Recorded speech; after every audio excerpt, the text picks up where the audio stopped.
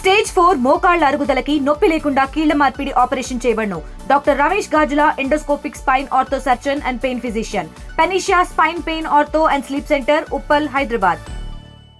కండికోటలో inter విద్యార్థిని murder case రోజుకో మలుపు తిరిగింది.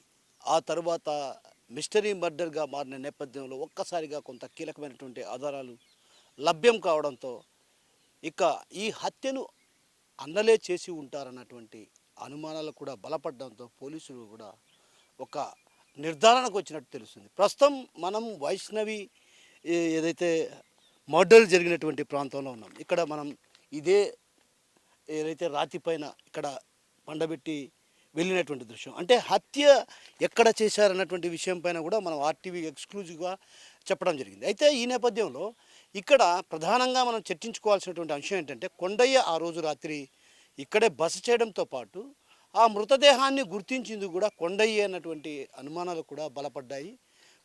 మన వీడియో జర్నలిస్ట్ ఇక్కడి నుంచి చూపించే ప్రయత్నం చేస్తారు. ఎందుకంటే పైన ఉన్నటువంటి ఆ ప్రాంతం, అంటే ఆ ప్రాంతం నుంచి నేను చూశాను.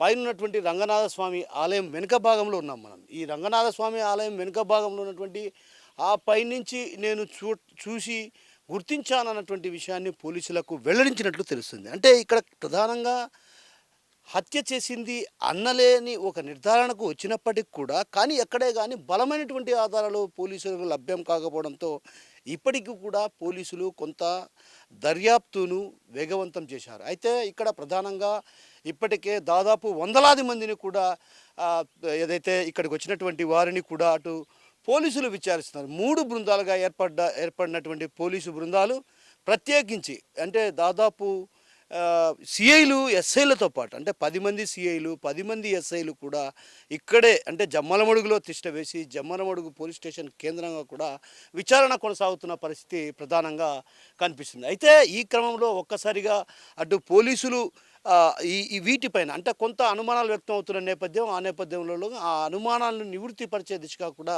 అటు అడుగులు వేసినటువంటి ప్రయత్నం కొనసాగుతుంది. మనం చూడొచ్చు ఇక్కడ ప్రధానంగా ఇక్కడంతా కూడా ఒకవేళ ఏదైనా హత్య జరిగితే ఎవరైనా ఇక్కడంతా ముళ్ళ పొదలన్న విషయం మన ఆర్టీవీ ముందస్తుగానే పసిగట్టింది. ఆర్టీవీ కూడా కొంత అనుమానాన్ని కూడా వ్యక్తం చేసింది.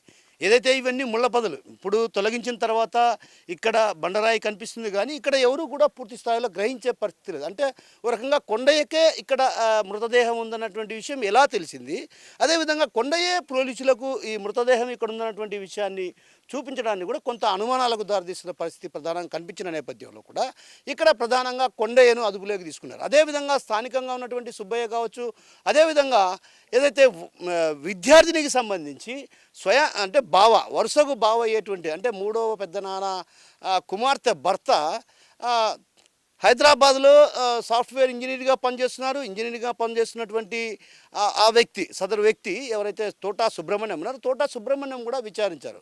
అంటే ఇక్కడ ప్రధానంగా ఇప్పటికే 4గురిని విచారించిన పరిస్థితి. ఎవరు? తోటా సుబ్రహ్మణ్యం కావచ్చు, అదేవిధంగా సుబ్బయ్య కావచ్చు, మరికొంతమంది ఎవరు కొండయ్య, ఇతరత్ర వారిని కూడా పిలిపించారు. అదే ఆ క్రమంలోనే ఒక్కసారిగా మనం ఇక్కడ చూస్తాం, ఇక్కడ చూసే ప్రయత్నం చేద్దాం.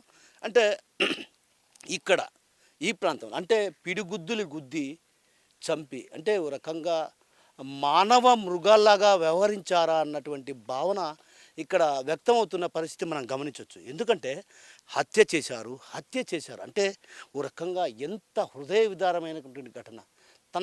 తన మునివేళ్ళు పట్టుకుని నడిచినటువంటి చెల్లి, పట్టుకుని నడిచినటువంటి చెల్లి చిన్నప్పటి నుంచి కూడా తను ఏదడిగితే అది ఇచ్చి పెంచినటువంటి అమ్మ కావచ్చు, తల్లిదండ్రులు కావచ్చు, తర్వాత అన్న కావచ్చు. అంటే ఒక రకంగా ఎందుకు ఇంత కసి, అంటే ఒక రకంగా కసి, ఎందుకు ఆ కసి కూడా పోలీసులు ఛేదించే పనిలో ఇప్పటికే పడ్డారు.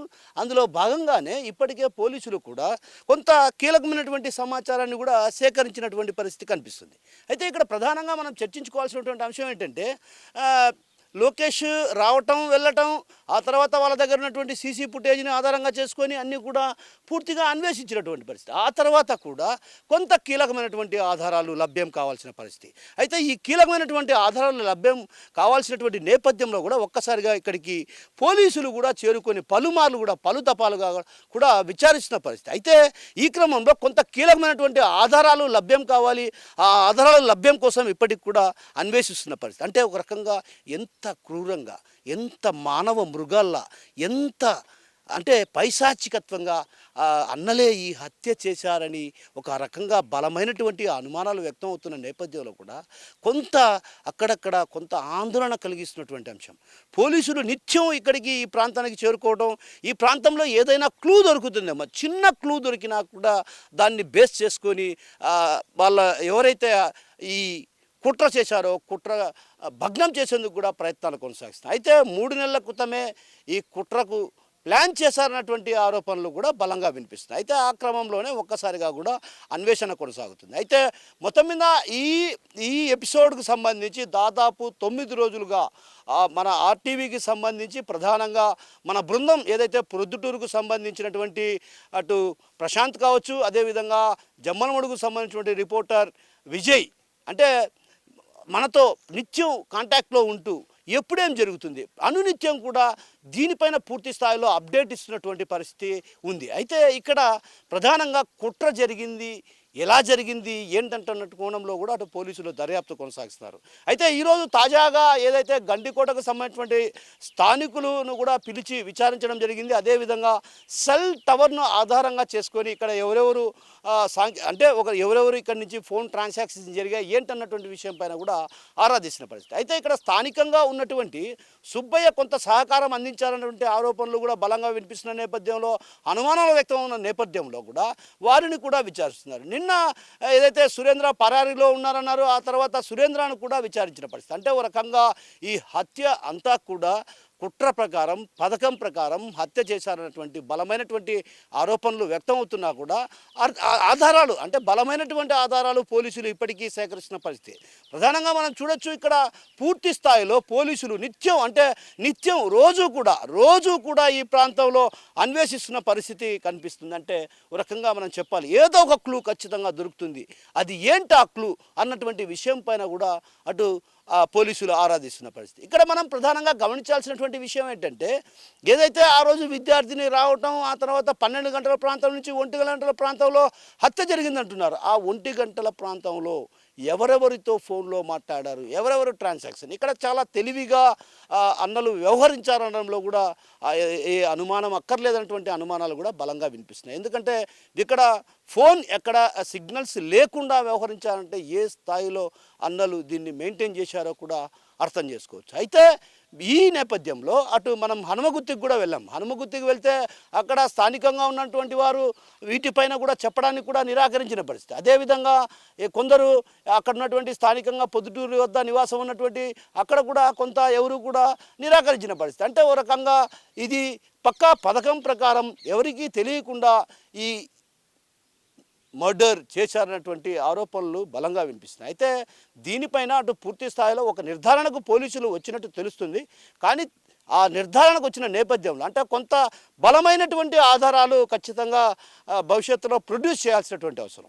కాబట్టి ఆ బలమైన ఆధారాలు ఏంటి, అసలు ఏం జరిగింది అంటే కుట్రకు ఎవరు సూత్రధారులు పాత్రధారులు అన్నలే అయినా ఎవరు ఏం చేశారు, అసలు ఎవరు ఈ కుట్ర అంతా చేసింది, కుట్రను ఎవరు అమలు చేశారు, ఇది పలు కోణాల్లో కూడా దర్యాప్తు కొనసాగిస్తున్నారు. అయితే ఈ క్రమంలో కొంత ఏదైతే కొంత గ్యాప్ కనిపిస్తున్న పరిస్థితి. అయితే మొత్తం మీద చూసుకుంటే మాత్రం అన్నలు చేసినటువంటి ఈ ఘటన చూస్తే మాత్రం ఖచ్చితంగా ఒక దారుణమైన ఘటన. అంటే ఎవరు కూడా అంటే తన బిడ్డలను ఎవరు చంపుకునే పరిస్థితి రాదు. ఎందుకంటే బిడ్డను ఎవరైనా చంపుకునే పరిస్థితి రాదు. ఎందుకంటే బిడ్డ ఒకవేళ తను కూడా ఎంత ఆక్రోశించి ఉంటుంది, తను ఎంత ప్రాధేయపడి ఉంటుంది, ఆ విద్యార్థిని ఎంత ప్రాధేయపడి ఉంటుంది, ఈ ఒక్కసారి నన్ను క్షమించండి, నన్ను వదిలేయండి అని కూడా ప్రాధేయపడి ఉంటుంది. అయితే ఆ అన్నలకు కనికరం లేదేమో అన్నటువంటి అనుమానాలు కూడా బలంగా వినిపిస్తాయి. అంత కసి ఎందుకు ఆ బిడ్డపై, ఎందుకంత కసి ఏమిటి, తను చేసింది మరొకరిని ప్రేమించడమే తప్ప? తన ప్రాణాన తనను వదిలేసింటే తను ప్రాణాలతో ఉండేది. కానీ తన ప్రాణాలను తీయడానికే అన్నలు ఇంతగా ఒడిగట్టారన్నటువంటి ఆ అనుమానాలు బలంగా వినిపిస్తున్నాయంటే ఇక మానవ మృగాలనాలన్నా వారిని ఏమనాలనో అర్థం కాని పరిస్థితి.